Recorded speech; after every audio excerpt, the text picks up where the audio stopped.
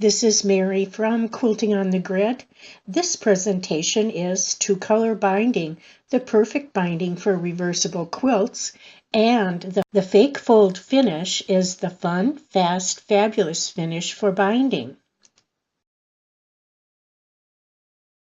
Now that you've finished your reversible placemats, you will want to bind each side with its own matching binding.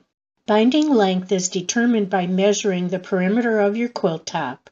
Most quilters advise adding 18 to 20 inches to that measurement. This extra length is necessary because the diagonal join requires a little extra fabric to work with. But for the fake fold, things are a little different.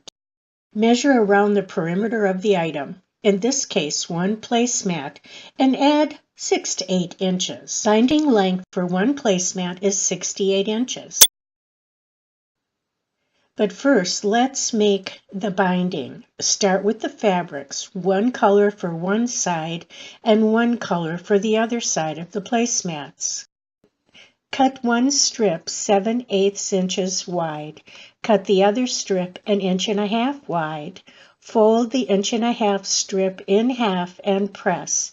These strips should be 68 inches in length. Sew the strips together, right sides together and raw edges together.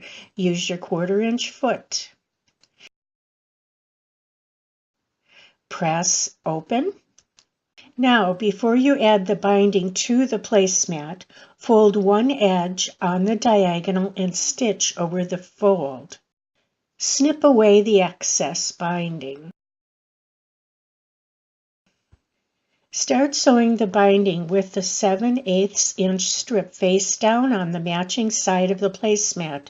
Sew using your 1/4 inch sewing foot.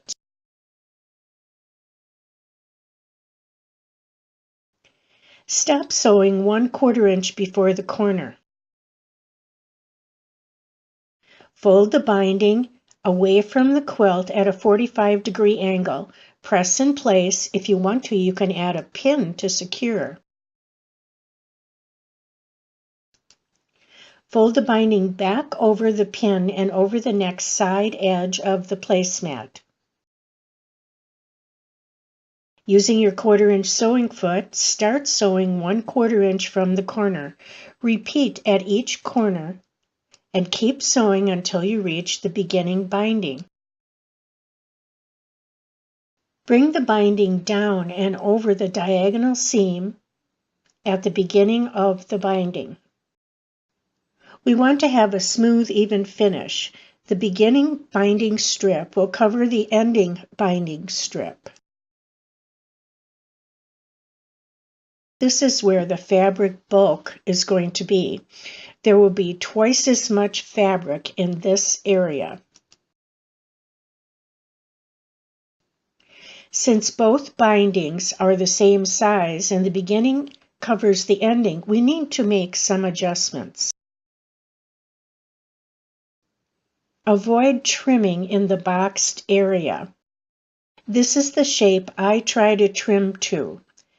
Press the ending in place and finish sewing, and now this side is done. If you still need to reduce bulk even more, trim away small portions of the inside seams on the beginning batting and or the end batting. Turn the binding over to the other side, press in place, and sew. 7/8 inch and 1.5 binding generally allows just enough space to stitch in the ditch from the 7/8 binding side. However, this is a close tolerance. Note, finishing the binding stitch in the ditch. Is this a skill test or should you test first? This is a close tolerance, as I said, and you may want to change the measurements of the two-color binding to the 7/8 by 1.5 inches in order to catch the other side's binding with the machine stitching. It depends on a lot of things. It depends on the thickness of your fabric and your skills. Give it a shot. I did not come up with the idea for two-color binding, but I am sure thankful for the person who did. Thank you for watching. I hope you enjoyed this.